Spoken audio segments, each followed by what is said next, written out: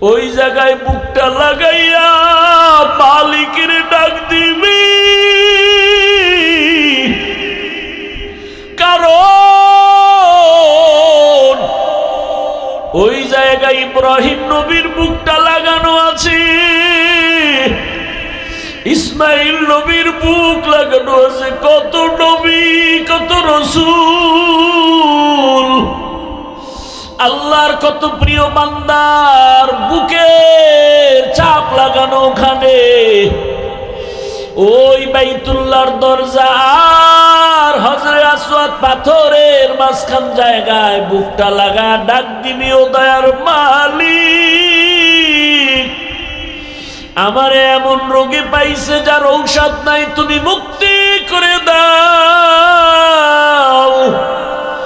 আমি খোদার কসম করে বলি, এই 2-3 বছর আমি বাইতুল্লাহ যাইয়া আসি, আমার ঔষধ খাওয়া লাগে না, তেমন অসুস্থ হই না, কিন্তু আমার মনে চায় আমি ব্যাংকক পর্যন্ত ঘুরেছি আর জীবনে কোথাও ডাক্তার দেখাইতে যাব না। হুজুর আপনি একটু দোয়া করে দেন, আমি যেন হাজিরা দিতে গিয়া প্রত্যেকবার আমার মাওলার ঘরে গিয়া হাজিরা দিয়া বলতে পারি, লাব্বাইক আল্লাহুম্মা লাব্বাইক, লাব্বাইক লা শারীকা লাক লাব্বাইক, ইন্নাল হামদা ওয়ান নি'মাতা লাক ওয়াল মুলক লা শারীকা লাক। ও বান্দরবন জেলার টাকাওয়ালা, ও ধনী ব্যবসায়ী বাবারা, চাকরিজীবীরা, কিসের টাকার ধান্দায় পড়ে আছো? ওই বাইতুল্লাহ যদি একবার যাইতে পারতা, দেখতা কি মজা। ওই বাইতুল্লাহর সাথে একটু যদি বুকটা লাগাইতে পারতা, বুঝতা কেমন মজা। এখন তোমাকে বুঝানো যায় না, টাকা আছে, কত গরিবরা কাঁদে বাইতুল্লাহ যাবে, টাকার অভাবে যেতে পারে না। আর আল্লাহ তোমাকে কত টাকা দিয়েছে, আমার জানা মতে কত ঢাকার হাজিওয়ালারা আছে, টাকাওয়ালা, নিজেও বাইতুল্লাহ যায়, রমাজানেও যায়, হজেও যায়, আবার শত শত গরিবদেরকে বাইতুল্লাহর উমরায় পাঠায়, হজে পাঠায়, আছে না নাই? ও যুবক, তুমি ভাবতেছো তোমার টাকা নাই, কেমনে যাইবা? 5 বেলার নামাজ পড়ে একটু মাওলারে বলতে থাকো, ও আল্লাহ তুমি বাইতুল্লাহ না দেখাইয়া মরণ দিও না। আল্লাহর কসম টাকা লাগবে না, বিনা টাকায় বাইতুল্লাহ পৌঁছতে পারবা।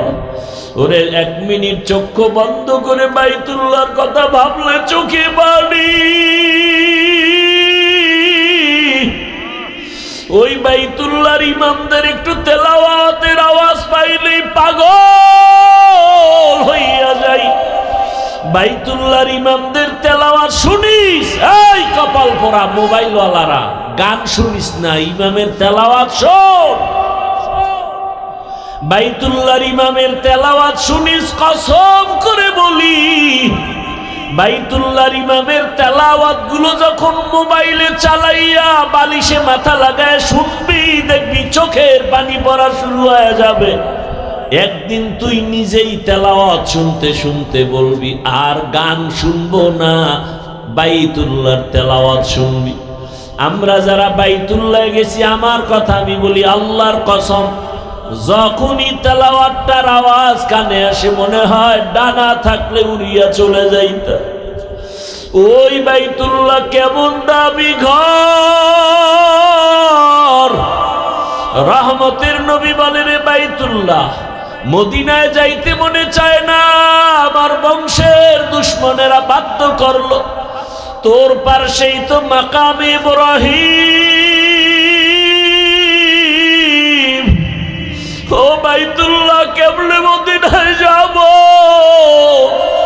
তোমার কাছেই তো হেরা পাহাড়, যেখানে আমি দীর্ঘ বছর ধ্যানে সময় কাটাইছি। ও বাইতুল্লাহ তোমার ছেড়ে যেতে মনে চায় না, তোমার পাশেই তো ওই জাবালে আবু কুবাইস, যেই পাহাড়ে উঠিয়া ইব্রাহিম নবী হজের এলান করেছিলেন।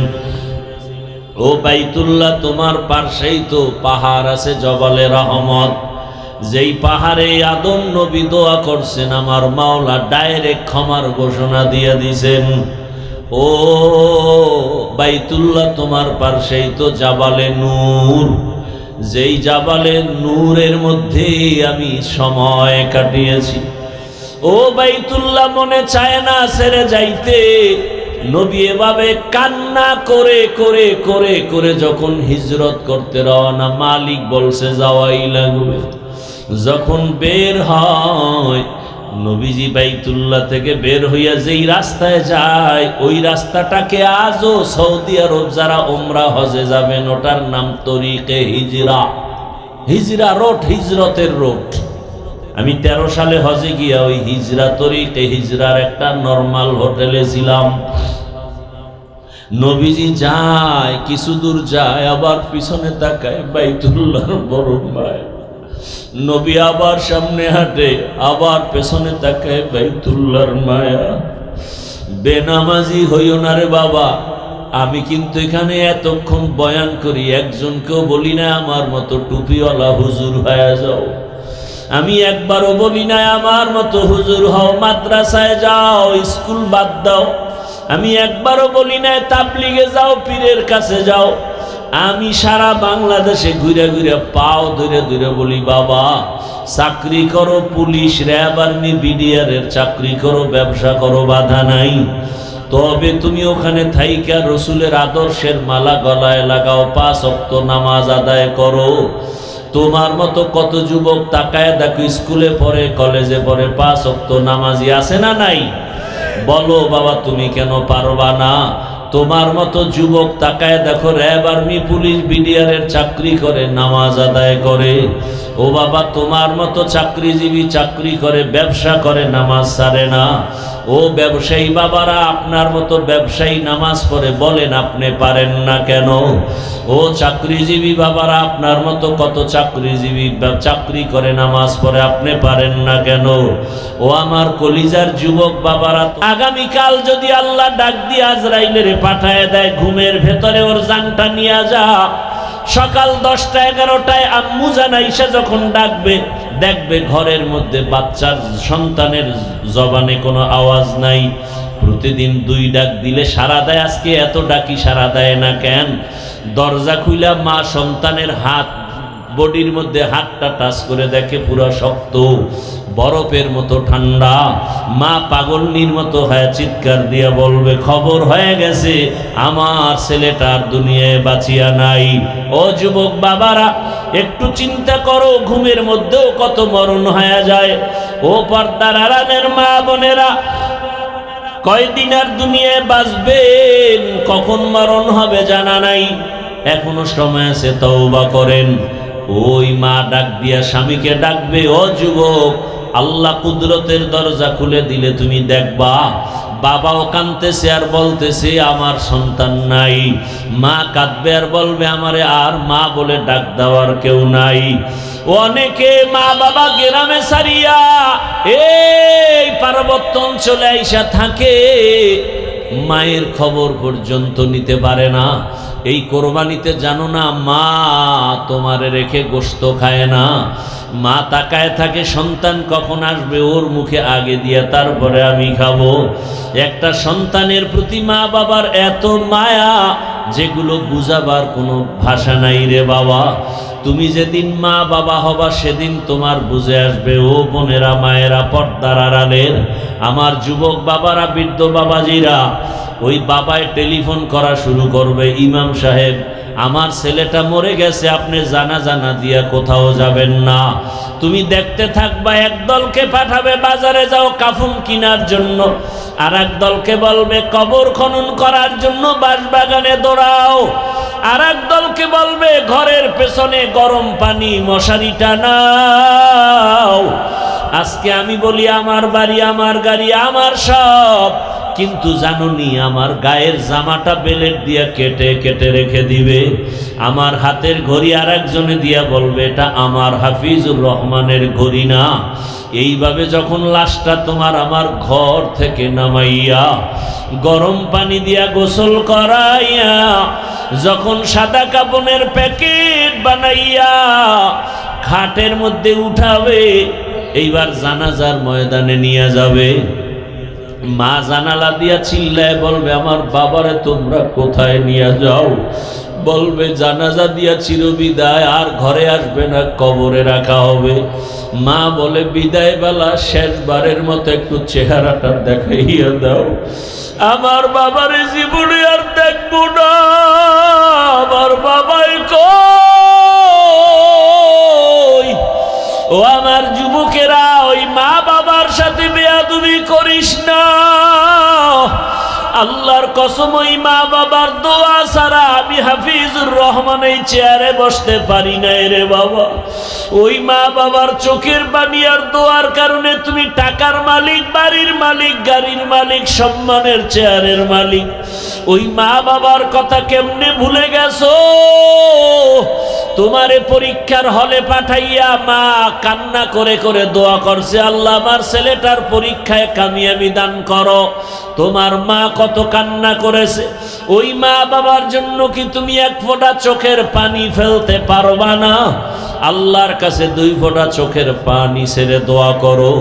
আর যার মা বাবা বেঁচে আছে এই রত্ন হারাইও না, পাইলেই দেখা হলেই দোয়া চাইও। বাবারে বলিও বাবা মনে কষ্ট নিবা না, জীবনে বহু অন্যায় করেছি। বরে যুবকরা যারা গোপনে গিয়া মায়েরে কাঁদাইছো, কত কষ্ট দিয়েছো, অনুরোধ করি বাসায় যাইয়া মায়ের হাতটা ধইরা ক্ষমা চাইয়া নিও। আর মাকে বলিও মা ওয়াজের প্যান্ডেলে তওবা করে আসছি, আর গুনাহ করব না। কিন্তু দুঃখ, অনেকে কান্না করলো, আমার চোখে পানি নাই, গুনার কারণে আল্লাহ বেজার হয়ে গেছে। মা তুমি আমার উপরে বুঝি বেজার, আমার মাথায় হাতটা দিয়া দোয়া করে দাও, আর কোনোদিন বেয়াদবি করব না। মাকে যদি বলতে পারো, দেখবা মায়ের চোখে পানি। মা বলবে বাবা আয় আয় আয়, মাথায় হাতটা দিয়া ডাকবে, ও আরশে আজিমের মালিক, আমার কলিজার সন্তানটারে তুমি কবুল করিয়া নাও। ও বাবা, ওই জানাজা পড়াইয়া যখন কবরের দেশে নিয়ে যাবে, এমন জায়গা যেখানে দিনের বেলাও কেউ যায় না, ভয় লাগে। আজকে আমার ডানে বামে, তোমার ডানে বামে কত ভক্তবৃন্দের অভাব নাই। একা একা চলতে পারো না, কত গার্ড আইসা তোমারে আগায় দেয়। কবরে রাখার পরে এমন হালাত হবে, মাটি পাড়ায়া পাড়ায়া দিয়া যখন বিদায় হবে, ওই কবরে কেউ নাই। অন্ধকার কবরে তখন ডানে মাটি, বামে মাটি, উপরে নিচে মাটি। 2 জন ফেরেশতা প্রশ্ন করতে আসবে, রবের পরিচয় দাও, ধর্মের পরিচয় দাও, রাহমাতুল লিল আলামিনের পরিচয় দাও। যারা দুনিয়াতে নবীর তরিকা মেনে, আল্লাহর হুকুম মেনে নামাজ আদায় করবে, দাড়ি রাখবে, পর্দা করবে, আল্লাহর পক্ষ থেকে ওরা জবাব দিতে পারবে। আর আল্লাহ খুশি হয়ে কুদরতের আওয়াজ দিয়ে বলবে, কবরটা বেহেশতের বিছানা দিয়া দাও। কিন্তু কপাল পোড়া আমরা যারা বেনামাজি, নামাজ ঠিক মতো পড়ি না, গুনাহ করি, দাড়ি নাই, নামাজ নাই, পর্দা নাই, মা বাবার সাথে ভালো ব্যবহার নাই, এই বেনামাজি অবস্থায় যদি কবরের ডাক আসিয়া যায়, ওই কবরে যখন প্রশ্ন করা হবে, বেনামাজি একটা জবাব দিতে পারবে না, বারবার বলবে হা হা লা আদরি, আফসোস আমি কিছুই জানি না, কিছুই জানি না। নবীজি বলেন, আমার আল্লাহর কুদরতের আওয়াজ, ও ফেরেশতা, নাফরমানকে আর সুযোগ দেওয়া হবে না, ওই কবরে জাহান্নামের আগুন জ্বালা দাও। ওই কবরের মাটি 2 পার্শ্ব থেকে জোরে জোরে চাপ দিবে। আম্মা জান আয়েশা রাদিয়াল্লাহু তাআলা আনহা বলেন, আমি প্রায় সময় দেখতাম আমার রসুল আমার রুমে বসে গুনগুন করে কান্না করতেন। আমি মাঝে মাঝে জিজ্ঞাসা করতাম, ইয়া রাসূলুল্লাহ, আপনি আমার রুমে বসে কান্না করেন কেন? মায়ার নবী কান্না করতেন আর বলতেন, আয়েশা হাসরের মাঠে কঠিন অবস্থার কথা মনে পড়লে আমি চোখের পানি রাখতে পারি না। যে এমন কঠিন হবে নবীরা পর্যন্ত উম্মতের কথা ভুলিয়া নিজেদের জন্য কান্না করবেন। মুসা নবী কাঁদবেন, ঈসা নবী কাঁদবেন, ইব্রাহিম নবী কান্না করবেন। ওই সময় উম্মতেরাও পাগলের মতো দৌড়াবে। সূর্যের গরম সহ্য করা যায় না, জাহান্নামের আওয়াজ সহ্য করা যায় না। কোথায় যাবে সুপারিশের জন্য? যেখানে যাবে নিরুপায় হয়ে যাবে, ব্যর্থ হইয়া সর্বশেষ এরা মুহাম্মদের তালাশ করবে কোথায় পাওয়া যায়। আম্মা জান আয়েশা বলেন, ইয়া রাসূলুল্লাহ, কঠিন সময় আপনাকে কোথায় পাওয়া যাবে? নবী বলেন, আমি আমার মাওলার দরবারে মাকামে মাহমুদে সেজদায় পড়ে কাঁদবো। মুসা নবী নিজের চিন্তায় কাঁদবেন, ঈসা নবী নিজের চিন্তায় কাঁদবেন, ইব্রাহিম নবী নিজের চিন্তায় কাঁদবেন। আর আমি মুহাম্মদ আমার চিন্তায় একবারও কিছুই বলবো না, আমি বারবার কাঁদবো আর বলবো, আমার উম্মত, আমার উম্মত, আমার উম্মত। ও নবীর উম্মতের দল, আল্লাহর কোরআনটা মিথ্যা মনে করিও না, নবীর কথা মিথ্যা মনে করিও না, ওলামায়ে কেরামের কথা মিথ্যা মনে করিও না।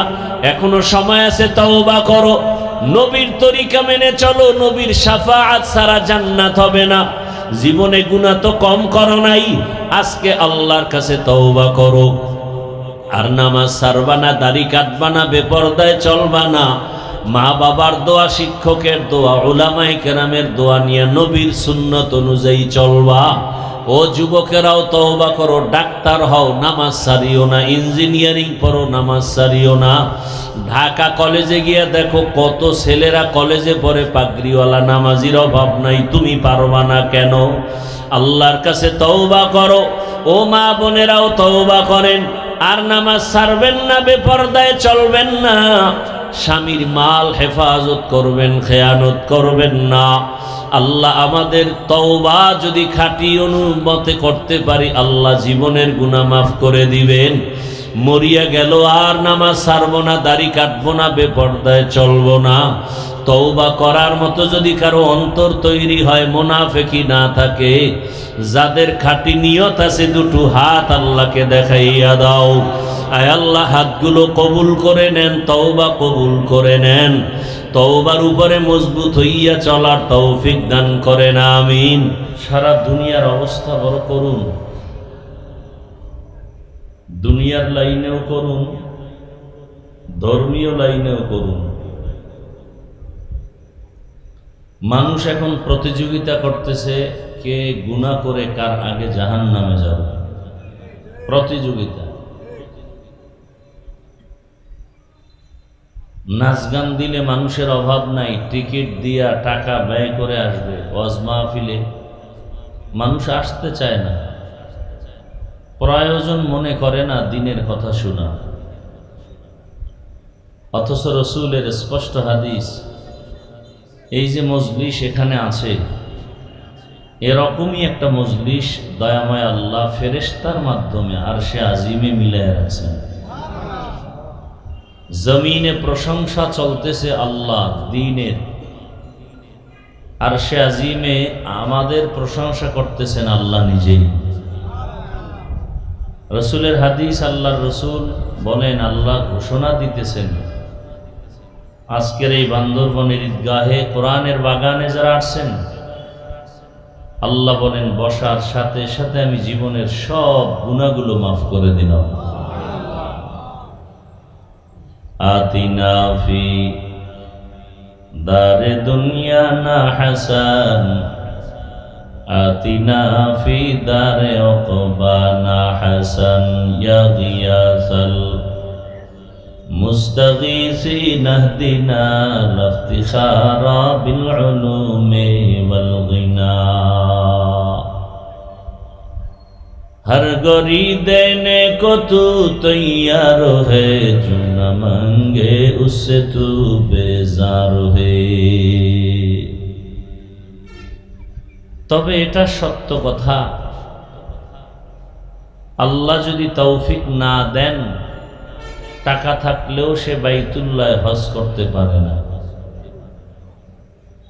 আল্লাহ যদি কবুল না করেন, চাইলেই সে কোরআনের বাগানে বসতে পারে না। মাইকের আওয়াজ যতদূর যায়, যারা আওয়াজ শুনেন, দোয়া করি আল্লাহ তাদেরকেও এই বেহেশতের বাগানে আসার বসার তৌফিক দান করেন। আমি আপনাদের দোয়া নিতে আসছি এবং সংক্ষেপ দু চারটি কথা বলার নিয়তে কোরআনে হাকিমের এক টুকরো আয়াতে কারিমা, রসুলের অসংখ্য হাদিস থেকে এক টুকরো হাদিস পড়েছি। আয়াত ও হাদিসের আলোকে ইখলাস ও রুহানিয়াতের সমন্বয়, সহি নিয়তে, সহি তরিকায়, সহি কিছু কথা আমাকে বলার মতো, আপনাদেরকে শুনবার মতো আল্লাহ তৌফিক দান করেন। lan yanala Allaha luhumuha wala dima'uha walakin yanaluhu at-taqwa minkum। আল্লাহ পাক একটি সম্প্রদায়কে লক্ষ্য করে বলেন, হে রাসূল আপনি বলে দেন, কখনোই আমার কাছে রক্ত গোশত পশুর পৌঁছবে না, বান্দার জীবনের জবেহ করা পশুর রক্ত গোশত পৌঁছবে না। পৌঁছবে সে কি উদ্দেশ্যে দিতেছে, তার মনের তাকওয়া কি, এটা আমার কাছে পৌঁছবে। নবীজি বলেন, লা তাআতা লি মাখলুকিন ফি মাসিয়াতিল খালিক। আল্লাহকে অসন্তুষ্ট করে পৃথিবীর ভিন্ন কারো হুকুম মেনে চলা হারাম। আল্লাহকে অসন্তুষ্ট করে পৃথিবীর অন্য কারো হুকুম মানা যাবে না। এর সংক্ষেপ কথা হলো, দুনিয়ার সকলকেই অসন্তুষ্ট করা সম্ভব, আল্লাহকে অসন্তুষ্ট করা সম্ভব না। কেন? এটা হাদিসের ব্যাখ্যা। আল্লাহকে অসন্তুষ্ট করা যাবে না কেন, আর দুনিয়ার মানুষকে অসন্তুষ্ট করা যাবে কেন? আল্লাহকে অসন্তুষ্ট করা যাবে না, কিন্তু দুনিয়াতে এমন কিছু মানুষ আছে যারা আল্লাহকে অসন্তুষ্ট করে চলে। এই মানুষগুলো কারা? এর সংক্ষেপ জবাব হলো, যারা দুনিয়া লোভী, এই মানুষগুলোই আল্লাহকে অসন্তুষ্ট করে দুনিয়ার মানুষকে সন্তুষ্ট করার ব্যর্থ অপচেষ্টা চালায়। কি লোভী? দুনিয়া লোভী। আল্লাহর রাসূল হাদিসে বলেন, হুব্বুদ দুনিয়া রাসু কুল্লি খাতিআ। দুনিয়ার লোভ, দুনিয়ার ভালোবাসা, মোহাব্বত সব কিছু ধ্বংসের মূল কারণ। দুনিয়ার লোভ, দুনিয়ার ভালোবাসা সব কিছু ধ্বংস হওয়ার কারণ। আমি তো বলি, যারা দুনিয়া দুনিয়া দুনিয়া করে আখেরাতকে বিদায় করেছে, নামাজ নাই, রোজা নাই, তেলাওয়াত নাই, এরা এক পর্যায়ে মেহনত করতে করতে দুনিয়া পাওয়ার আশায় দুনিয়াও পায় না, আখেরাতও পায় না। খাসারাত দুনিয়া ওয়াল আখিরাত। বুঝলাম কিভাবে? মানুষ দুনিয়া পাওয়ার পেছনে দৌড়ায় কেন? দুইটা জিনিস চায়। কি চায় ভাই? কয় জিনিস? দুই জিনিস। দুনিয়ার পেছনে যারা দৌড়ায় এরা দুটো জিনিস চায়। এক চায় সম্মান, আর এক চায় শান্তি। এই দোনোটা দেওয়ার মালিক কে? যে কারণে দুনিয়ার পেছনে ঘুরে স্থায়ী শান্তিও পায় না, সম্মানও পায় না। আর আখেরাতের লাইনে যারা আছে, এরা আখেরাত তো ইনশাআল্লাহ পাবেনই, দুনিয়াও এদের পেছনে আসতেছে বোনাস। সম্মানও কমে নাই। অহংকার না, আমি আপনাকে বুঝাবার জন্য বলছি, জান্নাতে নেওয়ার আশায় বলছি। আমিও জান্নাতে যেতে চাই, আপনাদেরকেও জান্নাতে নেওয়ার পরামর্শ দিতে চাই। দিনের পথে যারা আছেন, কোরআন নিয়ে, হাদিস নিয়ে, রসুলের আদর্শ নিয়ে, মহামারী করোনায় তারা বিপাকে পড়েন নাই। স্কুল, কলেজ, ভার্সিটি সব বন্ধ ছিল, ফ্যাক্টরি, দোকান সব বন্ধ। আল্লাহর কোরআনের একটি মার্কাজও বন্ধ হয়নি। কোনো টুপিওয়ালা কোরআনওয়ালা না খেয়ে মরে যায় নাই। রিজিকের মালিক কে? আল্লাহ। গর্তের পিপিলিকার রিজিক খানা কে দেন? আরো আস্তে করে বলেন। উড়ন্ত পাখি সকালবেলা উড়ে সন্ধ্যাবেলা পেট ভরে বাচ্চার খানা নিয়ে বাসায় আসে, কে খাওয়ায়? জঙ্গলে হাজারো প্রাণী আছে, এই প্রাণীরা কেউ না খায় মরে না, কে খাওয়ায়? সমুদ্রের ভেতরে, নদীর মধ্যে কোটি কোটি ধরনের মাছ, কে খাওয়ায়? সেই আল্লাহ আমাদের খাওয়াতে পারবে না? ওই মাছ, ওই জঙ্গলের প্রাণীরা তো দামি না, দামি তো আমরা মানুষ। তাহলে আমরা কেন এত পাগল পারা হয়ে দৌড়াচ্ছি, মামলা হামলা? কারণ কি? আমরা খানা কষ্ট পাই কেন? পিপিলিকার খানা যদি আল্লাহ দিতে পারেন তার কাছে, আল্লাহ আমাদেরটাও তো ঘরে দেওয়ার কথা, পাই না কেন? আল্লাহ যে কাজের জন্য আমাদের বানাইছেন সে ডিউটি আমরা করি না। করি না তো করি না, যারা করে তাদেরকেও পছন্দ করি না। কি ভাই? ভোটের আগের রাত্রে টাকা খাইছেন, এখন যে টাকা দিছে, যার টাকা খাইছেন, এই বেচারা দিয়ে তো নিঃস্ব। এখন চেয়ারে বসে আপনাদের ভাগে যেটা বন্টন হয় সেটা খায়। তাহলে এটা প্রার্থী, চেয়ারম্যান, মেম্বার, জনপ্রতিনিধির দোষ না, দোষ তো আপনার। আপনি তার থেকে খাইয়া শিখাইলেন যে আমি যেভাবে গোপনে রাতের অন্ধকারে খাই, তুমিও ক্ষমতার চেয়ারে বসে খাইও। তাহলে গুনাহ তার হবে বেশি না আপনার হবে বেশি? কি এর পীর সাহেবের মুরিদ, তাবলিগওয়ালা হাজি সাহেব ভোটের আগের রাত্রে ওই ভোর রাতের হাদিয়া খাওয়ার জন্য বসে আছে, বরকতের হাদিয়া। বয়ান হোক বা না হোক, কথাটা লিখে রাখবেন যদি পারেন। সোনার বাংলাদেশ কোনোদিন সোনার বাংলা হবে না যতদিন এই দেশ থেকে চুরি আর দুর্নীতি বন্ধ না হবে। কোনোদিন হবে না। আমরা হাজারো বয়ান করি, বয়ান চলতে থাকবে, আপনারাও ঠিক ঠিক বলতে থাকবেন। কি আপনারাও এখানে বসে ঠিক বলেন, আপনাকে বিড়ি টানাও ঠিক। মোনাজাতের পরে দেখবেন কত আশেকে রসুল মোনাজাত দিয়েই বিড়ি। দেখি মোনাজাতে বিড়ি চাইছিল আল্লাহর কাছে? হ্যাঁ, এই বিড়ি টানলে লাভ কি? মানুষ লাভ ছাড়া কাজ করে না। আমি মনে করি দুনিয়াতে ফাও কোনো আকাম থাকলে বিড়ি টান একটা ফাও আকাম। বিড়ি টানলে একটা লাভও কি আছে? থাকলে আমার মন চায় আমিও টানব। এক সোরায় কয় একটা লাভ আছে, কি বলে? বাথরুম ক্লিয়ার হয়। বাথরুম কি হয়? মুসিবত। ওই যে শুরুতে বলেছি, মানুষ পাল্লা দিয়া প্রতিযোগিতা করে গুনাহ করতেছে। এখন গুনার জন্য তো সিনেমা হলে যেতে হয় না, এখন গুনাহ করার জন্য তো আলাদা কোনো নাচ গানের প্যান্ডেলে যেতে হবে না। গুনাহের ফ্যাক্টরি হাতে হাতে আসে না? নেই? মা বাপকে ছাড়তে রাজি, মোবাইল ছাড়তে রাজি না। সারা রাত ঘরের মধ্যে বসে মোবাইলের দ্বারা হাতের জেনা, চোখের জেনা, জবানের জেনা, অন্তরের জেনা চলে।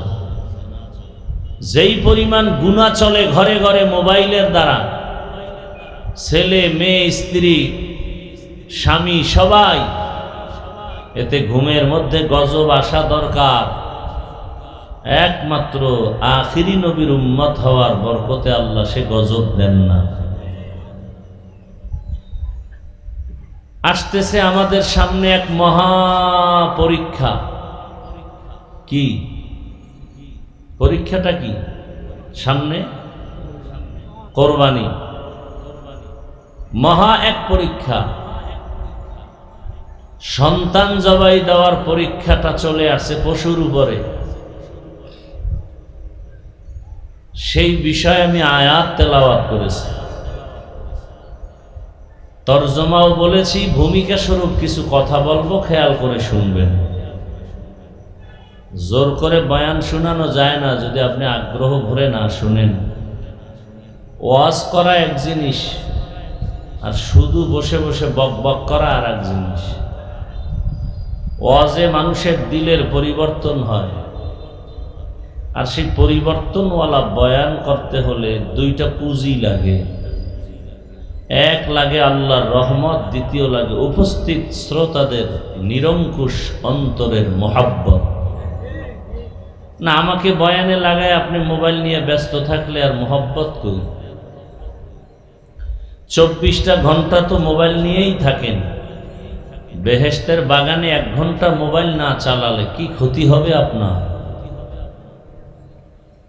পাগল হয়ে যায় ছবি তোলার জন্য, খালি সেলফি।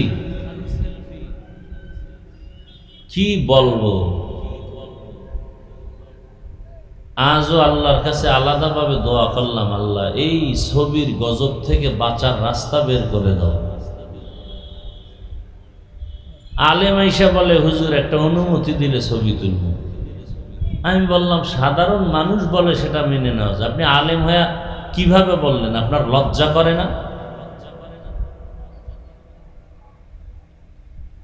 বিনা কারণে এমনিই ছবি তোলা 1000 বার কবিরা গুনাহ, হারাম। পৃথিবীর কোনো মুফতির বাবার ক্ষমতা নেই এটাকে হালাল বলা। কে বলবে এই সত্য কথা? বলার মানুষ নাই, শোনার মানুষ নাই, বিরোধিতা করার মতো বেয়াদবের অভাব নাই।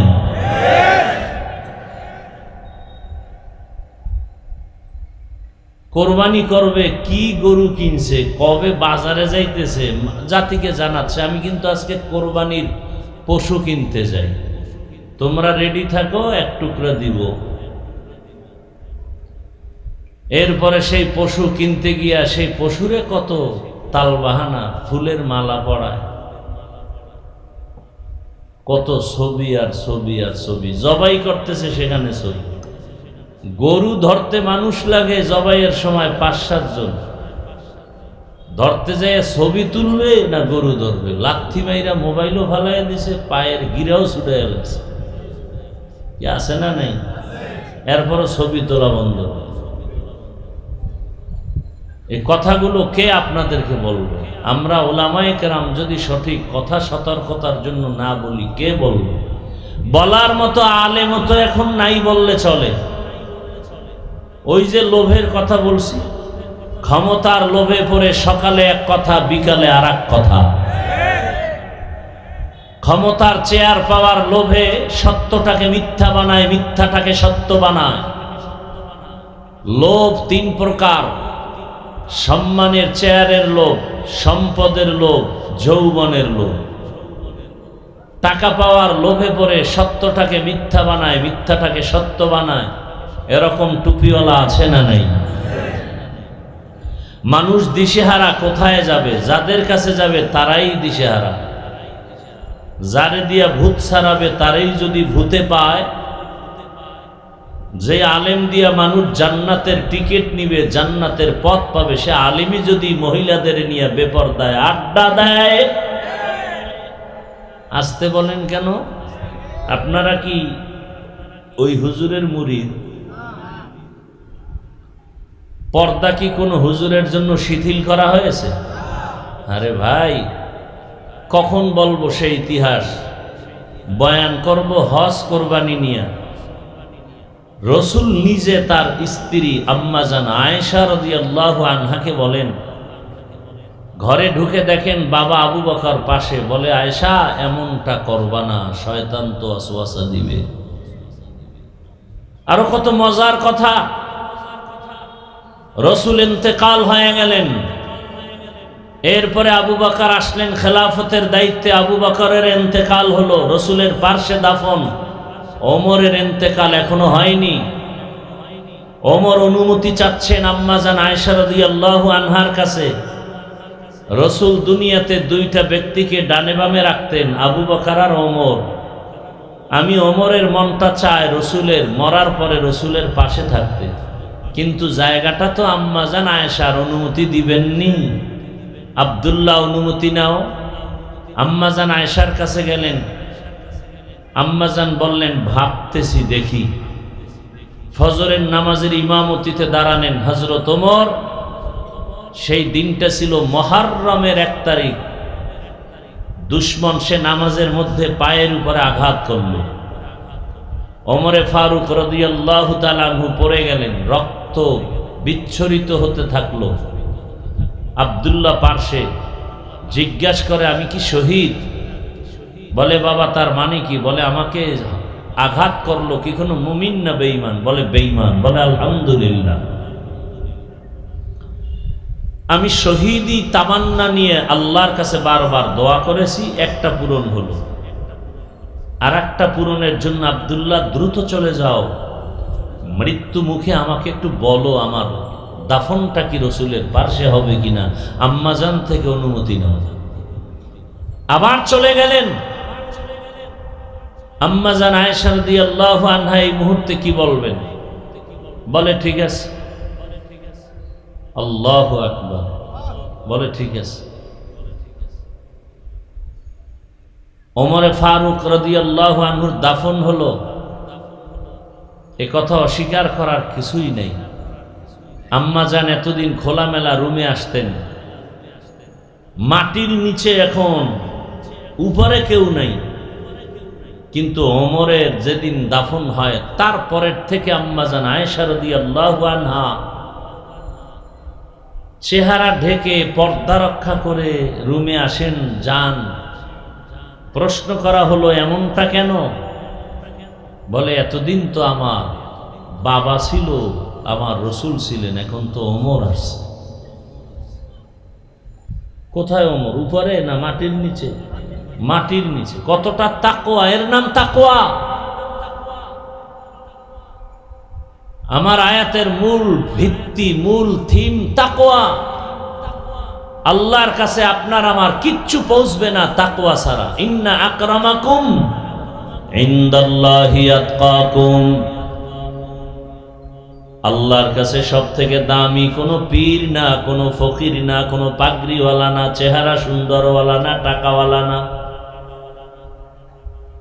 আল্লাহ বলেন আমার কাছে একমাত্র দামি যার ভেতরে থাকবে তাকওয়া। হারকে দারত খৌফে হকদার দিল মদরম জন্নতুল মাওয়া দেহত উরা মাকাম জুজবা হক চি জে মখাজ ইনসো জা ফজলে উআ মস্তে দর জুমলা জাহা।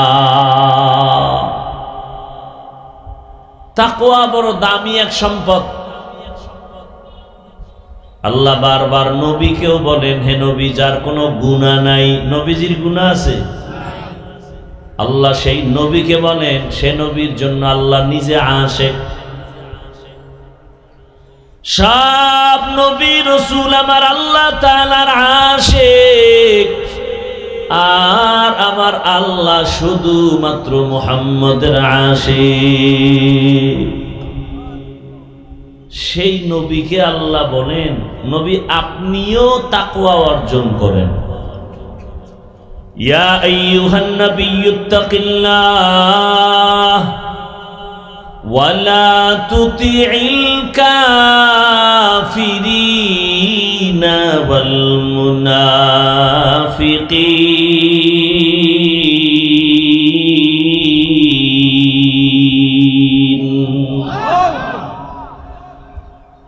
हर के दारत खौफे हकदार दिल मदम जन्नतुल मावा देहत उरा मकाम।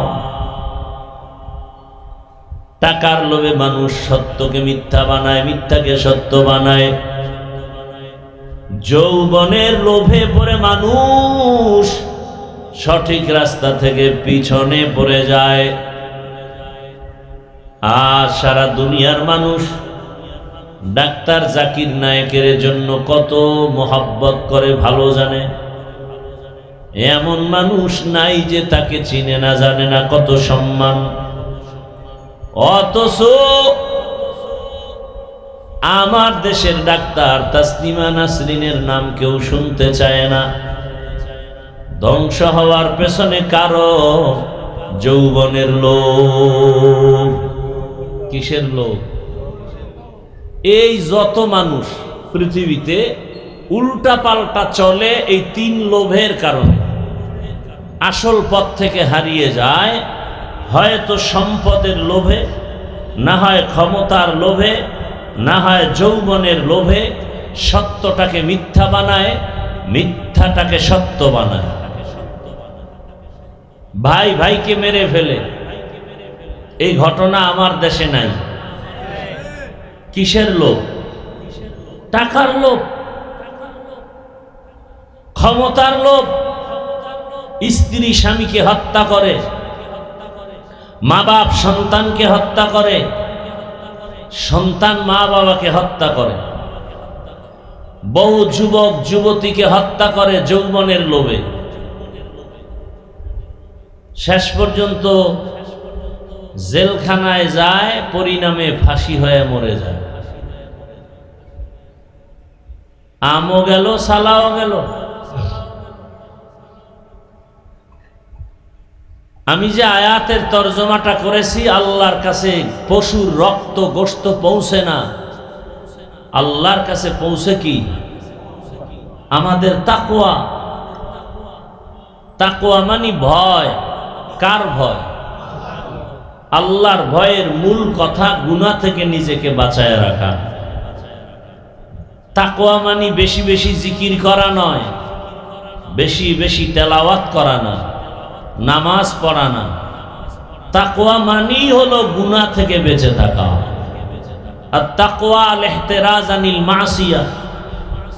قال النبي صلى الله عليه وآله وسلم اتق المحارم تكن أعبد الناس। রহমতের নবী বলেন, গুনাহ থেকে নিজেকে বাঁচাও। যদি তুমি আল্লাহর নিষিদ্ধ জিনিস থেকে নিজেকে বাঁচায় চলতে পারো, দুনিয়াতেও তোমার সম্মান বেড়ে যাবে, আখিরাতের ময়দানেও সম্মান বেড়ে যাবে। তাকওয়া মানে গুনাহ থেকে নিজেকে বাঁচাও। হাত দিয়া তুমি ধরবা, তবে ধরার ক্ষেত্রেও সীমানা দেওয়া আছে। সীমানার বাইরে গিয়া হাত লাগায়ও না। চোখ দিয়া তুমি তাকায়া তাকায়া দেখবা, দেখার মধ্যেও সীমানা দেওয়া আছে, এর বাইরে তাকায়া দেখিও না। আল্লাহ চোখ দিছেন, মা বাবারে তাকায়া দেখো সওয়াব। দুটো চোখ দিয়ে আল্লাহর কোরআন তাকায়া দেখবা সওয়াব। আল্লাহর ঘর বাইতুল্লাহ দেখবা সওয়াব। এই চোখ দিয়া কোরআন তাকায়া দেখবা সওয়াব। ওলামায়ে আহলে হক, যে আলেমের বয়ান শুনলে, যার কাছে বসলে আখিরাতের কথা মনে হয়, আমলের জন্য দিল তৈরি হয়, এমন আহলে হক ওলামাদের চেহারা দেখবা সওয়াব। কিন্তু আজ তুমি চোখ দুইটা দিয়া মা বাবাকেও মায়ার নজরে দেখো না, বাইতুল্লাহ দেখো না, কোরআন দেখো না, আলেম দেখো না। তুমি যখনই সময় পাও মোবাইলে তাকায় তাকায় কবিরা গুনাহ করে কাটাও। আর তুমি বলো শান্তি আসে না কেন? আমার সন্তানের উপরে বিপদ কেন? আমার ব্যবসার উপরে বিপদ কেন? ওরে বিপদ যেই পরিমাণ আসার প্রয়োজন ছিল, তার 1000 কোটি ভাগের 1 ভাগও আসে নাই। নবীদের উপরে এত পরিমাণ বিপদ। আল্লাহ পরীক্ষা নিছেন পয়গম্বর ইব্রাহিম আলাইহিস সালাম।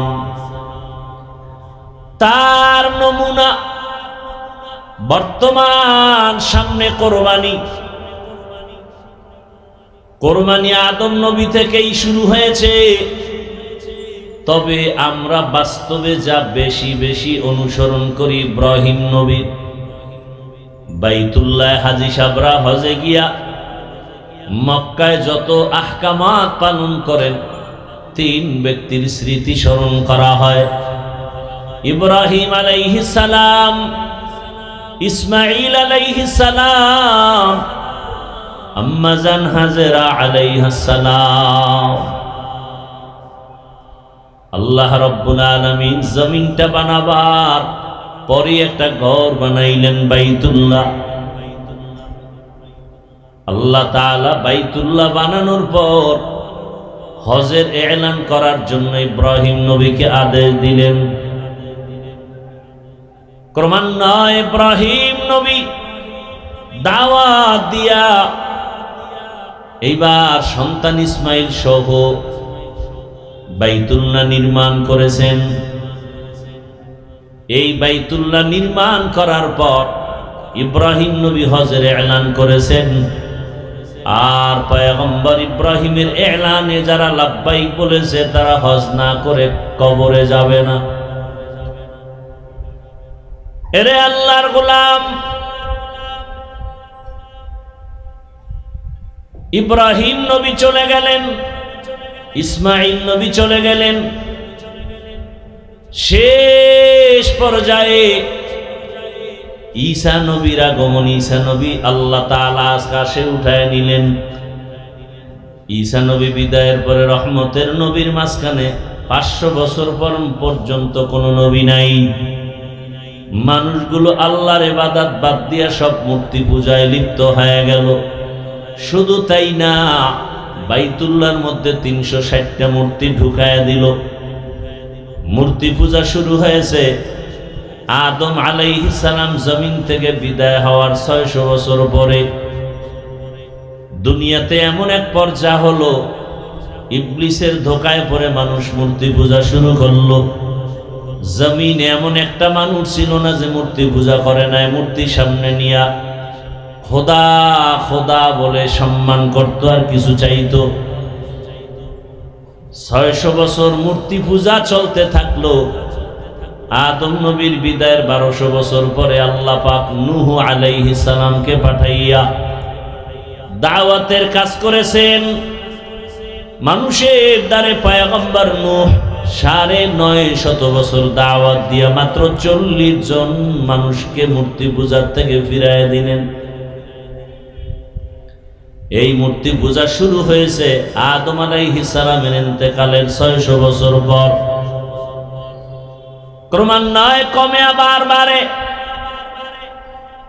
রহমতের নবী আসার আগে 500 বছরে জমিনে কোনো মুরব্বী নাই। মক্কা মানুষ বড় দামি, মুশরিক হলেও বেঈমানরাও মক্কাটারে সম্মানের নজরে দেখত। বাইতুল্লাহ এমন এক সম্মানের ঘর। মক্কার মানুষ ওই সময় এত খারাপ, ইতিহাসের মধ্যে লেখে মক্কার মতো খারাপ মানুষ দুনিয়ার কোথাও ছিল না। এত খারাপ, এরা নিজেরা নারী আর পুরুষ উলঙ্গ হয় বাইতুল্লাহ তাওয়াফ করে। কেন? বলে আমরা যে গুনাহ করি কাপড় চুপুর পরে, এই কাপড় নিয়ে বাইতুল্লাহ পবিত্র, ওখানে যাওয়া যায় না।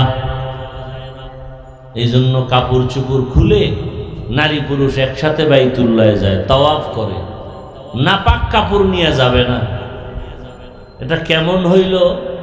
একজনে পাগড়ির ফজিলতের বয়ান শুইনা লুঙ্গি খুলে পাগড়ি বাঁধল। এটা যেমন হয়, বাইতুল্লাহর মতো পবিত্র ঘরে নাপাক কাপড় নিয়ে যাওয়া যাবে না মনে করে সব খুলে উলঙ্গ হয়ে বাইতুল্লাহর পার্শ্বে যায়। কতটা নিকৃষ্টতম জাহেল! এবং এরা পশু জবাই করে আর রক্তগুলো বাইতুল্লাহর দেওয়ালে মাখে, মনে করে এটাই আমাদের সফলতা। আল্লাহ আয়াত নাজিল করে দিলেন, এই মক্কার মানুষ এতটা খারাপ, বিবাহ শাদীর কোনো ভালাই নাই, পশু জবাই করে রক্ত মাখে দেওয়ালে। নারী পুরুষ উলঙ্গ তাওয়াফ করে, মূর্তির পূজা করে। ব্যাগে কোথাও গেলে ব্যাগের মধ্যে একটা মূর্তি নিয়ে যায়। এত ভালোবাসা। আল্লাহ তাআলা এই মানুষকে হেদায়েতের জন্য সর্বশেষ এবং শ্রেষ্ঠ রহমতের নবীকে জমিনে পাঠায়া দিলেন। রহমতের নবী মক্কা নগরীতে আসলেন, পরিবর্তন শুরু হয়ে গেল। 1000 বছর পর্যন্ত যে অগ্নি জ্বলতেছিল পারস্যের, সে আগুন নিভে গেল অটোমেটিক। রহমতের নবী আসছেন, দুনিয়ায় রহমতের বাতাস বইতে শুরু হয়ে গেল। খবর শুনে আবু লাহাব তার দাসী, তার বাদীকে আজাদ করে দিল, মুক্ত করে দিল। রহমতের নবী আসছেন। আস্তে আস্তে নবী বড় হতে লাগলেন। 40 বছরের আগে নবী সবার সাথে মুখ লাগায় কথা বলে হাসি মুখে, কিন্তু দাওয়াত দেয় না। দীর্ঘ 40 বছর পর্যন্ত রহমতের নবী কালেমার দাওয়াত দেন না, নামাজের দাওয়াত নাই, রোজার দাওয়াত নাই। নবী এই টাইমে বেশিরভাগ সময় বাইতুল্লাহর দূরে একটা পাহাড় আছে, হেরা পাহাড়, ওই পাহাড়ের গর্তে গিয়া নবী ধ্যান করতেন। ধ্যান আল্লাহর ভালোবাসা অর্জনের জন্য সাধনা করতেন। আমার কথাটা বুঝে থাকলে একটু জবাব দেন। বাইতুল্লাহর দাম বেশি নাকি হেরা পাহাড়ের দাম বেশি? বাইতুল্লাহর দাম। আল্লাহ কোরআনে বলেছেন, ইন্না আউওয়ালা বাইতিন উযিআ লিন-নাস লাল্লাযী বিবাক্কাতা মুবারাকান ওয়া হুদা মুবারাকান ওয়া হুদাল লিল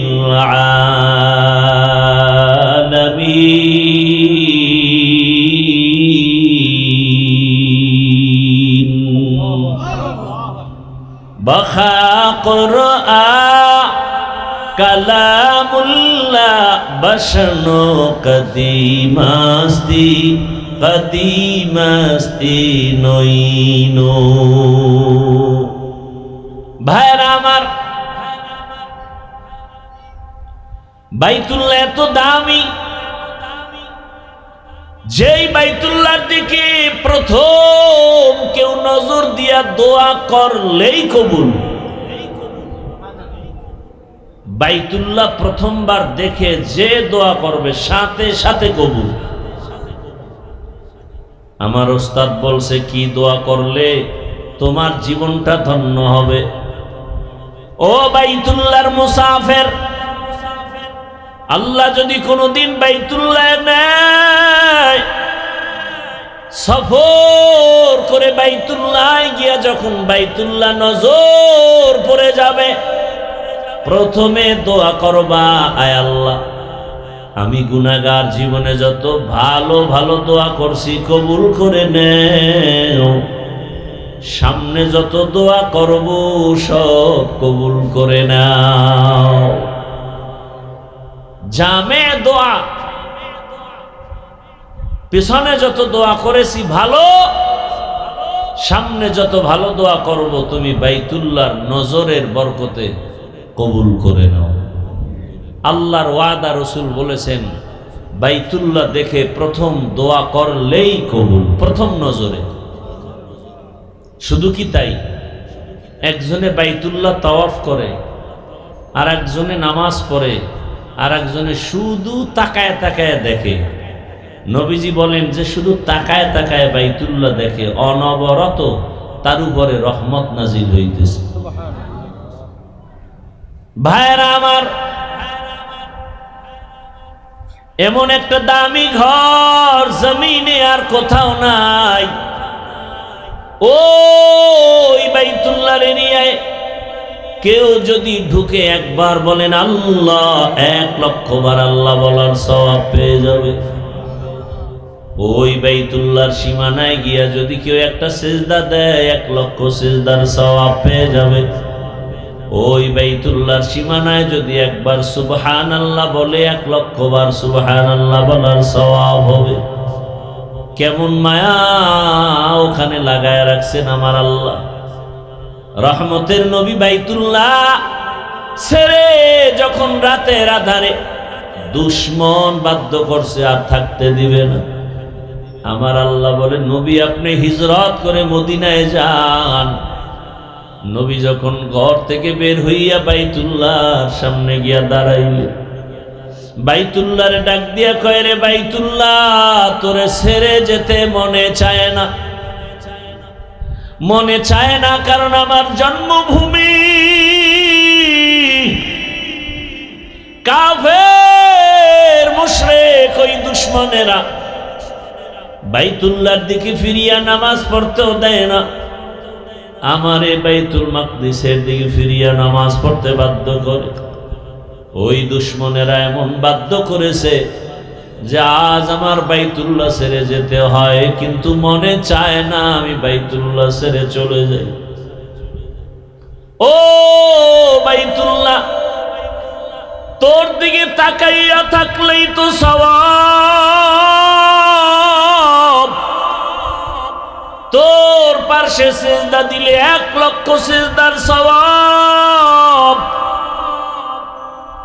মনে চায় না তোর পাথর হজরে আসওয়াদে চুমা দিলে গুনাহ টেনে নেয়, তোর পাশে জমজমের পানি,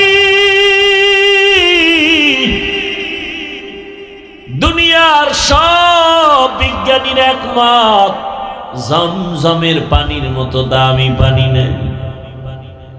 এমন পানি, দুনিয়ার পানি পান করলে পিপাসা নিবারণ হয়, ক্ষুধা নিবারণ হয় না। জমজমের পানি এত দামি বরকতের পানি, যেই পানি পান করলে শুধু পিপাসা নিবারণ হয় না, ক্ষুধাও নিবারণ হয়ে যায়। শুধু ক্ষুধা নিবারণ হয় না, জমজমের পানি পান করো ইয়াকিনের সাথে, তোমার খানা দানা খেতে হবে না। আহ, রহমতের নবী একটা খেজুর একটু জমজমের পানি পান করে রোজা রাখছেন। জমজমের পানি বরকতি পানি। হাজার হাজার হাজার বছর ওই কূপের থেকে crore crore million trillion billion পানি, হাজি লিটার পানি হাজিরা নিয়ে যায়, কমেও না বাড়েও না। কি মদিনাবাসী, আহ আল্লাহর কুদরত কি! মদিনায় পাইপ দিয়া পানি নেবে, পাইপ, কি পানি, কিন্তু পানি যায় না। এখন গাড়ি দিয়ে নেয়, ড্রাম ভর্তি করে নেয়। কেমন আল্লাহর কুদরত! সাহাবায়ে কেরাম জিজ্ঞাসা করলেন, ইয়া রাসূলুল্লাহ, জমজম কূপের নিচের সম্পর্ক কোথায়? মাটির সাথে? নবী বলেন হাউজে কাউসারের সাথে। হাউজে কাউসারের সাথে জমজমের সম্পর্ক। যেই হাউজে কাউসারের এক পেয়ালা পানি আমার রসুলের হাতে পান করলে আর পিপাসা থাকবে না। কিন্তু নবী বনেনের থেকেও জমজমের পানি বড় দামি। ও বাইতুল্লাহ, মদিনায় যাইতে মনে চায় না, তোর পাশে জমজম কূপের পানি, তোর পাশেই তো মাকামে ইব্রাহিম,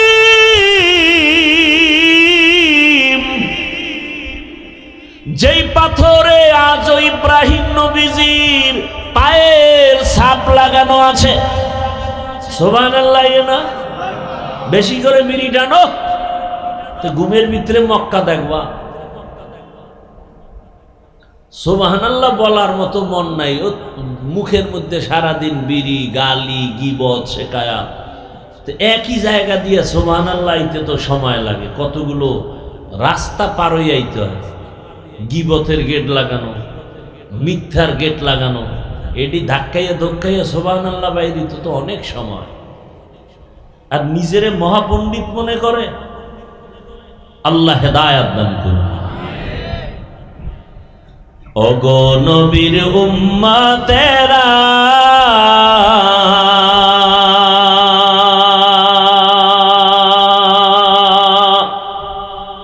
হয়ে আজি দিশাহারা,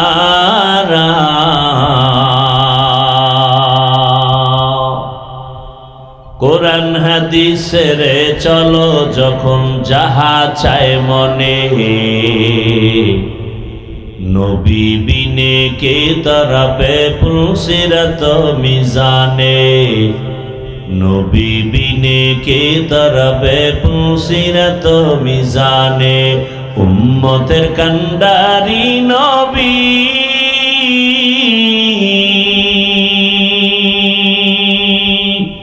কাঁদছেন উম্মতের লাগি, এখনো কাঁদেন নবীজি শুয়ে মদিনার পানে, নবী বিনে কে তরাবে পুলসিরাত মিজানে, নবী বিনে কে তরাবে পুলসিরাত মিজানে। নবী আমার জীবন ভরে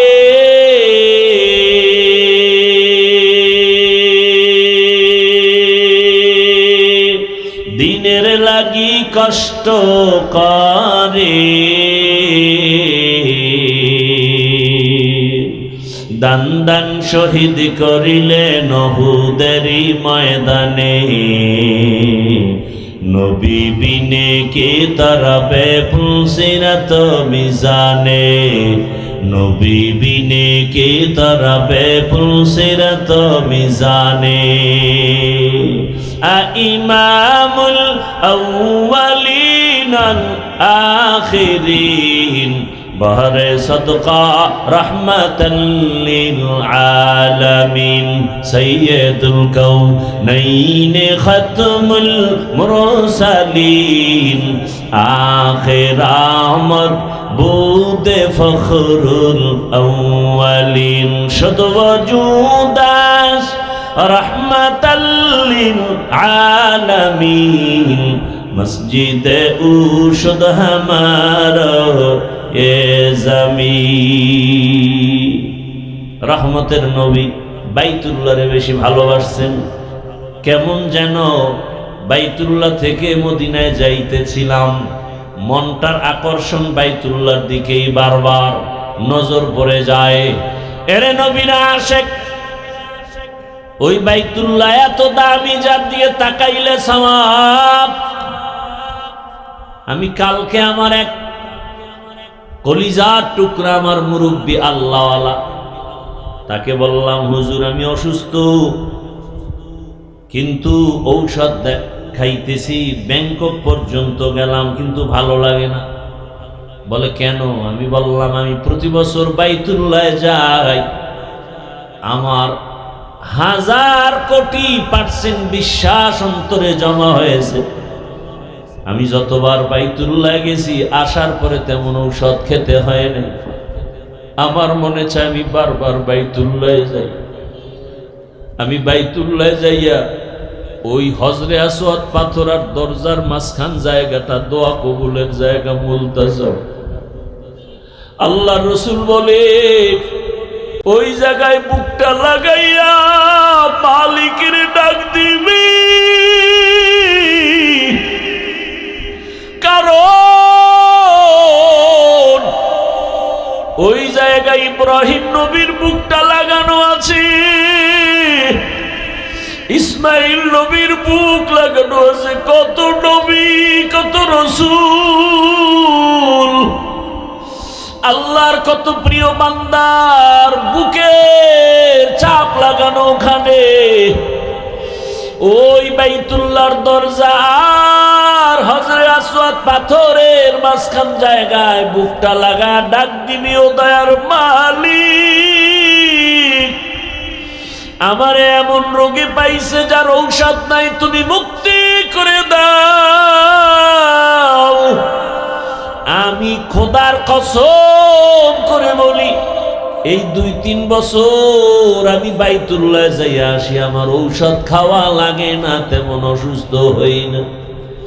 কিন্তু আমার মনে চায় আমি ব্যাংকক পর্যন্ত ঘুরেছি, আর জীবনে কোথাও ডাক্তার দেখাইতে যাব না।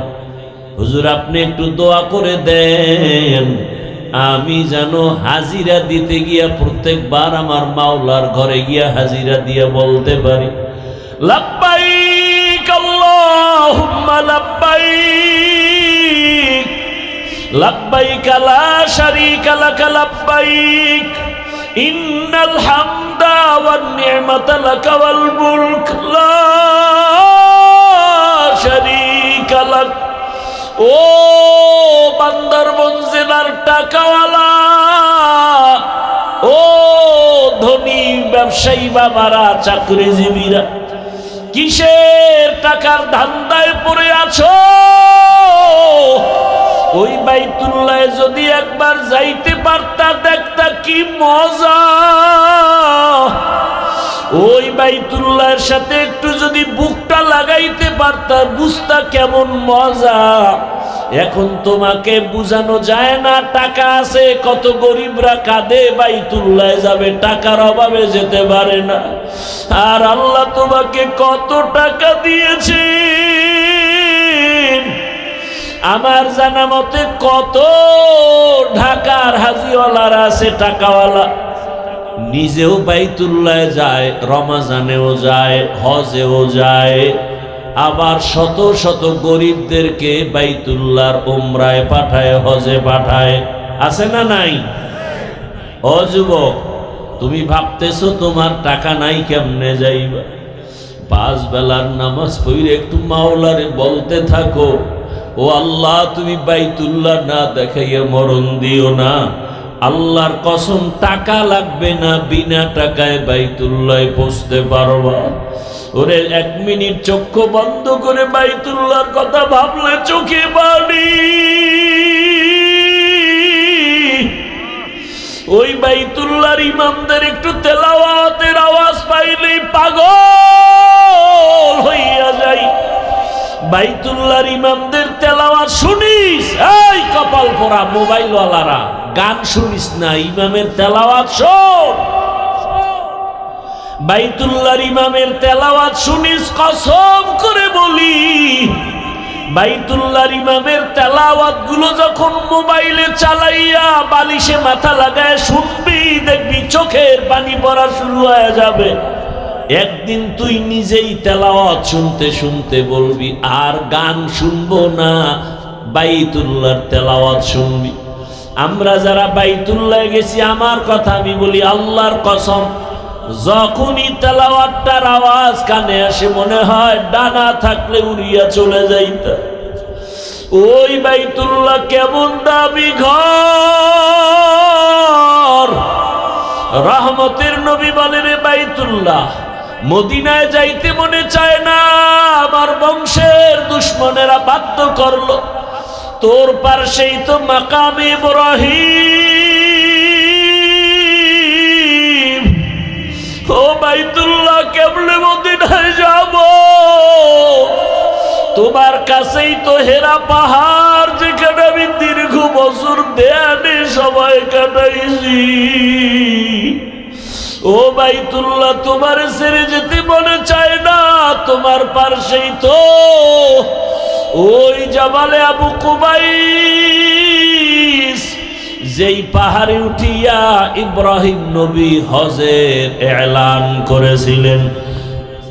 ও বাইতুল্লাহ, তোমার পাশেই তো পাহাড় আছে জবালে রহমত, যেই পাহাড়ে আদম নবী দোয়া করছেন, আমার মাওলা ডাইরেক্ট ক্ষমার ঘোষণা দিয়ে দিছেন।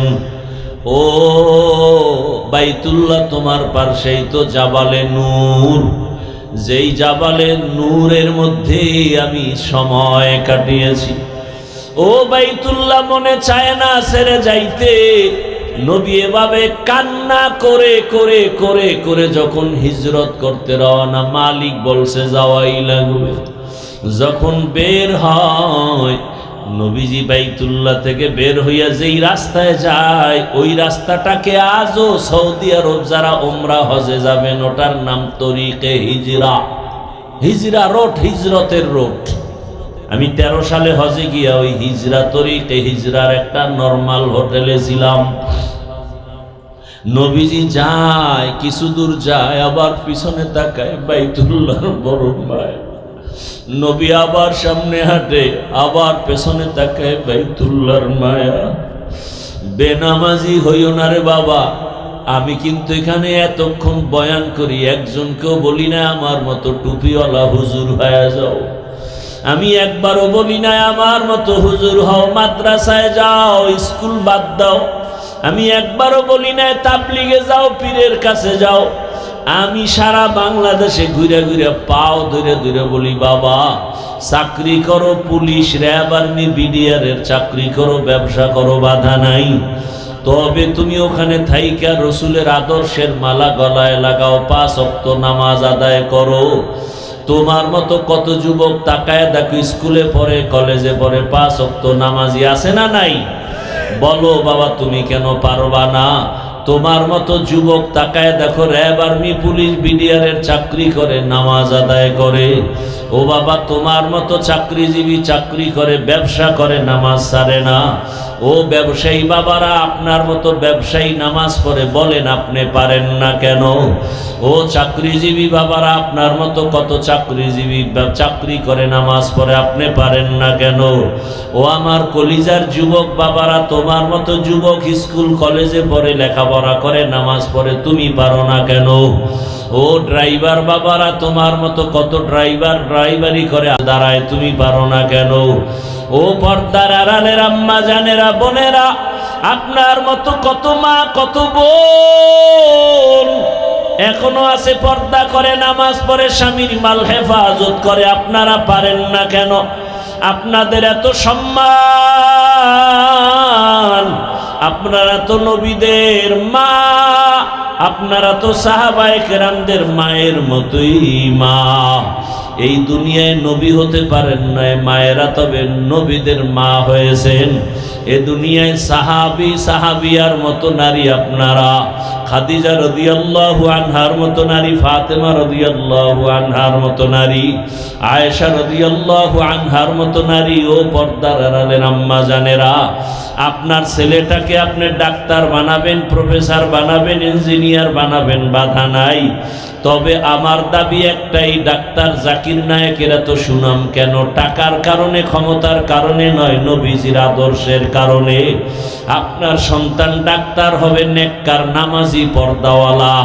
আপনার সন্তান ডাক্তারিও করবে, নামাজ পড়বে, কোরআন তেলাওয়াত করে, মা বাবার জন্য দোয়া করবে। ও যুবক বাবা, তুমি ডাক্তার হও, প্রফেসর হও, ইঞ্জিনিয়ার হও, বাধা নাই। তবে মা বাবার দোয়া নিয়া, শিক্ষকের দোয়া নিয়া, উলামায়ে কেরামের দোয়া নিয়া, নবীজির আদর্শ মেনে চলবা, জীবনটা ধন্য হয়ে যাবে। ওই বাইতুল্লাহর দিকে আগাইতে থাকো।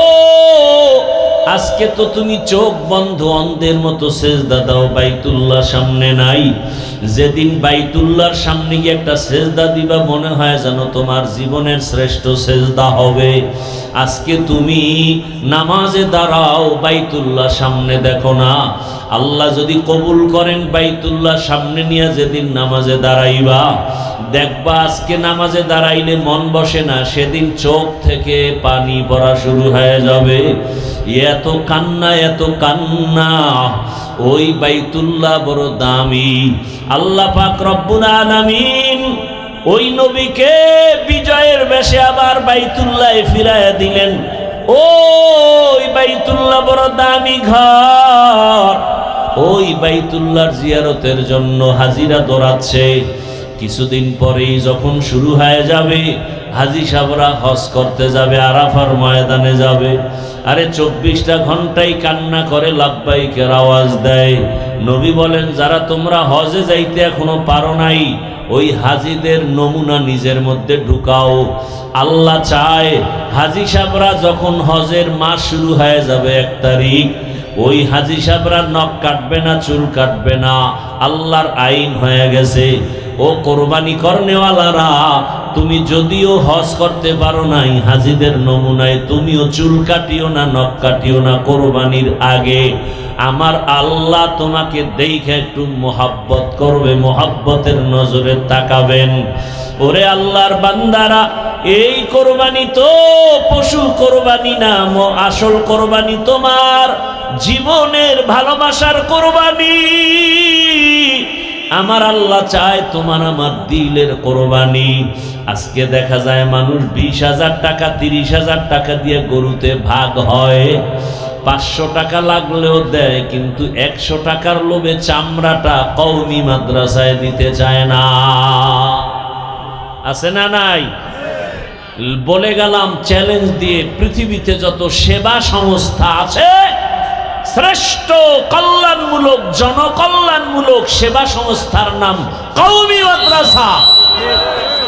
অনুরোধ করে বলবো, ওই কওমি মাদ্রাসায় যদি আপনার যাকাতের অংশ দেন, আপনি যদি কোরবানির চামড়া দেন, ফ্রি দিবেন, ডবল সওয়াব, ডবল সওয়াব, ডবল সওয়াব।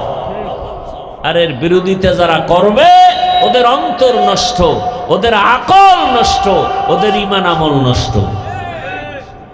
ফ্রি দিবেন, 20,000 30,000 টাকা দিয়ে ভাগ হতে পারেন কোরবানির অংশে, 200-100 টাকা ছেড়ে চামড়াটা আল্লাহর রাস্তে দিবেন।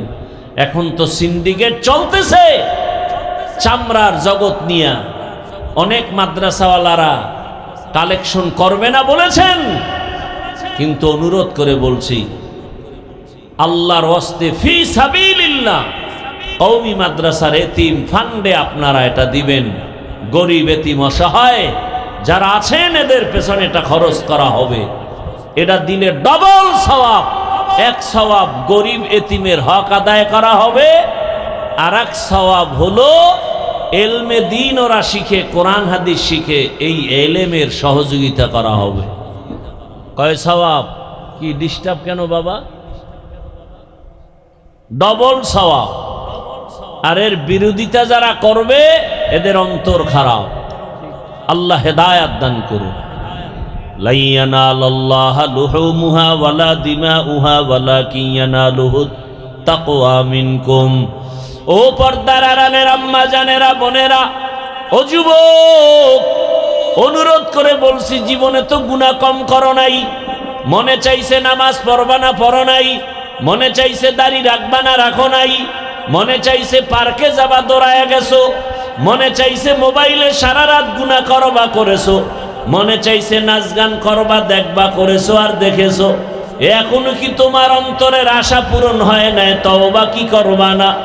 মরণের ভয় কি নাই রে যুবক?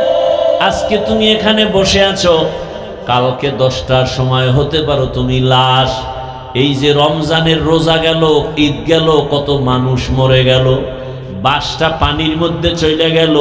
একটা বাচ্চা সাঁতার কাইটা এসে বলে, আমার আম্মু পানিতে আটকা আছে, তাড়াতাড়ি আমার আম্মুকে বাসের থেকে নিয়ে আইসা বাঁচাও। আবার এক মহিলা সাঁতার কাইটা এসে বলে, আমার বাচ্চা বাসের মধ্যে আটকানো, আমার বাচ্চাটাকে বাঁচাও। এইভাবে চোখের সামনে দিন দিন বিদায়। এমন কোনো দিন নাই লাশ নাই। কয়দিন আর বাঁচবা? কই চাকরিজীবী, কই বাড়িওয়ালা? বাড়ি পড়ে আছে, বাড়িওয়ালা নাই। চাকরির জায়গা ঠিকই, চাকরি চলতেছে, কিন্তু আগের লোকটা নাই। এইভাবে একদিন বিদায় হতে হবে। আগামীকাল যদি আল্লাহ ডাক দিয়ে আজরাইলের পাঠায় দেয়, ঘুমের ভেতরে ওর জানটা নিয়ে যা। সকাল 10টা 11টায় আম্মু জানাইসা যখন ডাকবে, দেখবে ঘরের মধ্যে বাচ্চার সন্তানের জবানে কোনো আওয়াজ নাই। প্রতিদিন 2 ডাক দিলে সারা দেয়, আজকে এত ডাকি সারা দেয় না কেন? দরজা খুইলা মা সন্তানের হাত, বডির মধ্যে হাতটা টাচ করে দেখে পুরো শক্ত, বরফের মতো ঠান্ডা। মা পাগলনির মতো হয়ে চিৎকার দিয়ে বলবে, খবর হয়ে গেছে, আমার ছেলেটার দুনিয়ায় বাঁচিয়া নাই। ও যুবক বাবারা, একটু চিন্তা করো, ঘুমের মধ্যেও কত মরণ হয়ে যায়। ও পর্দার আড়ালের মা বোনেরা, কয়দিন আর দুনিয়ায় বাঁচবেন, কখন মরণ হবে জানা নাই। এখনো সময় আছে, তওবা করেন। ওই মা ডাক দিয়া স্বামীকে ডাকবে, ও যুবক, আল্লাহ কুদরতের দরজা খুলে দিলে তুমি দেখবা বাবাও কাঁদতেছে আর বলতেছে আমার সন্তান নাই, মা কাঁদবে আর বলবে আমারে আর মা বলে ডাক দেওয়ার কেউ নাই। অনেকে মা বাবা গ্রামে সারিয়া এই পার্বত্য অঞ্চলে আইসা থাকে, মায়ের খবর পর্যন্ত নিতে পারে না। এই কোরবানিতে জানো না মা তোমারে রেখে গোশত খায় না, মা তাকায় থাকে সন্তান কখন আসবে, ওর মুখে আগে দিয়া তারপরে আমি খাবো। একটা সন্তানের প্রতি মা বাবার এত মায়া যেগুলো বুঝাবার কোনো ভাষা নাই রে বাবা। তুমি যেদিন মা বাবা হবা সেদিন তোমার বুঝে আসবে। ও বোনেরা, মায়েরা, পর্দার আড়ালের আমার যুবক বাবারা, বৃদ্ধ বাবাজিরা, ওই বাবায় টেলিফোন করা শুরু করবে, ইমাম সাহেব আমার ছেলেটা মরে গেছে, আপনি জানা দিয়া কোথাও যাবেন না। তুমি দেখতে থাকবা, এক দলকে পাঠাবে বাজারে যাও কাফন কেনার জন্য, আর এক দলকে বলবে কবর খনন করার জন্য বাঁশবাগানে দৌড়াও, আর এক দলকে বলবে ঘরের পেছনে গরম পানি মশারি টানাও। আজকে আমি বলি আমার বাড়ি, আমার গাড়ি, আমার সব, কিন্তু জানুনি আমার গায়ের জামাটা বেলেট দিয়া কেটে কেটে রেখে দিবে, আমার হাতের ঘড়ি আর একজনে দিয়া বলবে এটা আমার হাফিজুর রহমানের ঘড়ি না। এইভাবে যখন লাশটা তোমার আমার ঘর থেকে নামাইয়া গরম পানি দিয়া গোসল করাইয়া যখন সাদা কাপনের প্যাকেট বানাইয়া খাটের মধ্যে উঠাবে, এইবার জানাজার ময়দানে নিয়ে যাবে, মা জানালা দিয়া চিল্লায় বলবে আমার বাবারে তোমরা কোথায় নিয়ে যাও? বলবে জানাজা দিয়া চিরবিদায়, আর ঘরে আসবে না, কবরে রাখা হবে। মা বলে বিদায় বেলা শেষবারের মতো একটু চেহারাটা দেখাইয়া দাও, আমার বাবারে জীবনে আর দেখবো না, আমার বাবাই কই? ও আমার যুবকেরা, ওই মা বাবার সাথে বেয়াদবি করিস না। আল্লাহর কসম, ওই মা বাবার দোয়া ছাড়া আমি হাফিজুর রহমান এই চেয়ারে বসতে পারি না রে বাবা। ওই মা বাবার চোখের পানি আর দোয়ার কারণে তুমি টাকার মালিক, বাড়ির মালিক, গাড়ির মালিক, সম্মানের চেয়ারের মালিক। ওই মা বাবার কথা কেমনে ভুলে গেছো? তোমারে পরীক্ষার হলে পাঠাইয়া মা কান্না করে করে দোয়া করছে, আল্লাহ আমার ছেলেটার পরীক্ষায় কামিয়াবি দান করো। তোমার মা কত কান্না করেছে। ওই মা বাবার জন্য কি তুমি এক ফোঁটা চোখের পানি ফেলতে পারবা না? আল্লাহর কাছে 2 ফোঁটা চোখের পানি ছেড়ে দোয়া করো। আর যার মা বাবা বেঁচে আছে এই রত্ন হারাইও না, পাইলেই দেখা হলেই দোয়া চাইও। বাবারে বলিও বাবা মনে কষ্ট নিবা না, জীবনে বহু অন্যায় করেছি। মরে যুবকরা যারা গোপনে গিয়া মায়েরে কাঁদাইছো, কত কষ্ট দিয়েছো, অনুরোধ করি বাসায় যাইয়া মায়ের হাতটা ধইরা ক্ষমা চাইয়া নিও। আর মাকে বলিও মা ওয়াজের প্যান্ডেলে তওবা করে আসছি, আর গুনাহ করব না। কিন্তু দুঃখ, অনেকে কান্না করলো, আমার চোখে পানি নাই, গুনার কারণে আল্লাহ বেজার হয়ে গেছে। মা তুমি আমার উপরে বুঝি বেজার, আমার মাথায় হাতটা দিয়া দোয়া করে দাও, আর কোনোদিন বেয়াদবি করব না। মাকে যদি বলতে পারো, দেখবা মায়ের চোখে পানি। মা বলবে বাবা আয় আয় আয়, মাথায় হাতটা দিয়া ডাকবে, ও আরশে আজিমের মালিক, আমার কলিজার সন্তানটারে তুমি কবুল করিয়া নাও। ও বাবা, ওই জানাজা পড়াইয়া যখন কবরের দেশে নিয়ে যাবে, এমন জায়গা যেখানে দিনের বেলাও কেউ যায় না, ভয় লাগে। আজকে আমার ডানে বামে, তোমার ডানে বামে কত ভক্তবৃন্দের অভাব নাই। একা একা চলতে পারো না, কত গার্ড আইসা তোমারে আগায় দেয়। কবরে রাখার পরে এমন হালাত হবে, মাটি পাড়ায়া পাড়ায়া দিয়া যখন বিদায় হবে, ওই কবরে কেউ নাই। অন্ধকার কবরে তখন ডানে মাটি, বামে মাটি, উপরে নিচে মাটি। 2 জন ফেরেশতা প্রশ্ন করতে আসবে, রবের পরিচয় দাও, ধর্মের পরিচয় দাও। রাহমাতুল লিল আলামিনের পরিচয় দাও। যারা দুনিয়াতে নবীর তরিকা মেনে আল্লাহর হুকুম মেনে নামাজ আদায় করবে, দাড়ি রাখবে, পর্দা করবে, আল্লাহর পক্ষ থেকে ওরা জবাব দিতে পারবে। আর আল্লাহ খুশি হয় কুদরতের আওয়াজ দিয়ে বলবে, কবরটা বেহেশতের বিছানা দিয়া দাও।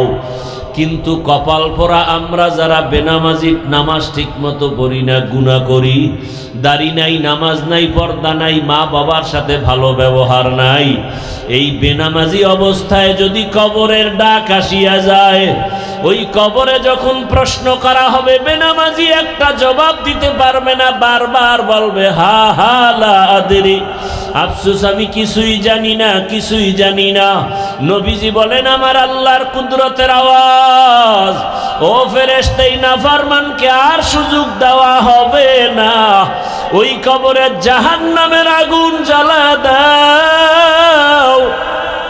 ওই কবরের মাটি দুই পার্শ্ব থেকে জোরে জোরে চাপ দিবে। আম্মা জান আয়েশা রাদিয়াল্লাহু তাআলা আনহা বলেন, আমি প্রায় সময় দেখতাম আমার রসুল আমার রুমে বসে গুনগুন করে কান্না করতেন।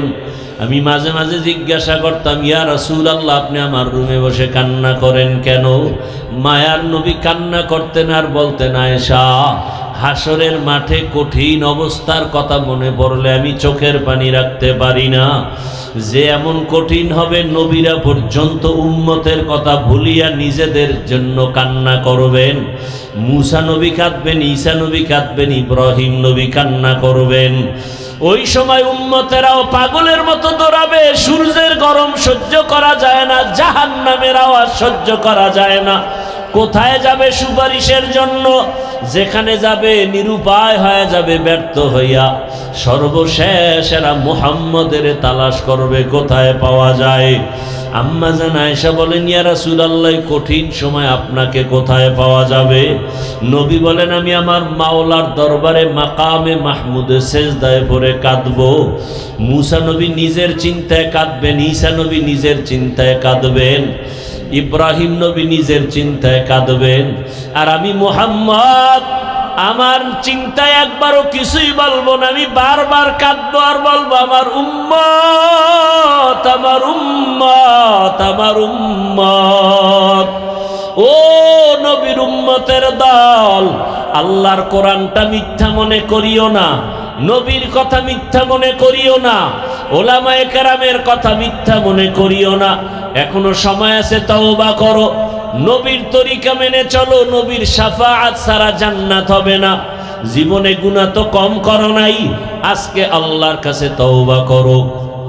আর নামাজ ছাড়বা না, দাড়ি কাটবা না, বেপরদায় চলবা না।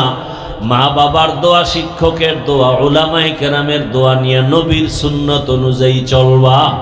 ও যুবকেরাও তওবা করো, ডাক্তার হও, নামাজ ছাড়িও না, ইঞ্জিনিয়ারিং পড়ো, নামাজ ছাড়িও না। ঢাকা কলেজে গিয়ে দেখো কত ছেলেরা কলেজে পড়ে, পাগড়িওয়ালা, নামাজির অভাব নাই, তুমি পারবা না কেন? আল্লাহর কাছে তওবা করো। ও মা বোনেরাও তওবা করেন, আর নামাজ ছাড়বেন না, বেপরদায় চলবেন না, স্বামীর মাল হেফাজত করবেন, খেয়ানত করবেন না। আল্লাহ আমাদের তওবা যদি খাঁটি অনুমতে করতে পারি, আল্লাহ জীবনের গুনাহ মাফ করে দিবেন। মরিয়া গেল আর নামাজ ছাড়বো না, দাড়ি কাটবো না, বেপরদায় চলবো না। তওবা করার মতো যদি কারো অন্তর তৈরি হয়, মুনাফিকি না থাকে, যাদের খাঁটি নিয়ত আছে, দুটো হাত আল্লাহকে দেখাইয়া দাও। আয় আল্লাহ, হাতগুলো কবুল করে নেন, তওবা কবুল করে নেন। তওবার উপরে মজবুত হইয়া চলার তৌফিক দান করেন, আমিন। আলহামদুলিল্লাহি রাব্বিল আলামিন, والصلاة والسلام على سيد الأنبياء والمرسلين وعلى آله وأصحابه أجمعين. يا أرحم الراحمين، يا أرحم الراحمين، يا أرحم الراحمين. رب ارحمهما كما ربياني صغيرا. اللهم إنك عفو كريم تحب العفو فاعف عنا. اللهم إنا نسألك رضاك والجنة ونعوذ بك من سخطك والنار اللهم إنا نعوذ بك من البرص والجنون والجذام وسيء الأسقام اللهم اجعلني من المستجابين للدعوات ও দয়ার মালিক আমরা গুনার বোঝা নিয়ে আপনার দরওয়াজায় হাজির মেহেরবানি করে আমাদের গুনাহগুলো মাফ করে দেন আল্লাহ আয় আল্লাহ মাহফিল কবুল করে নেন।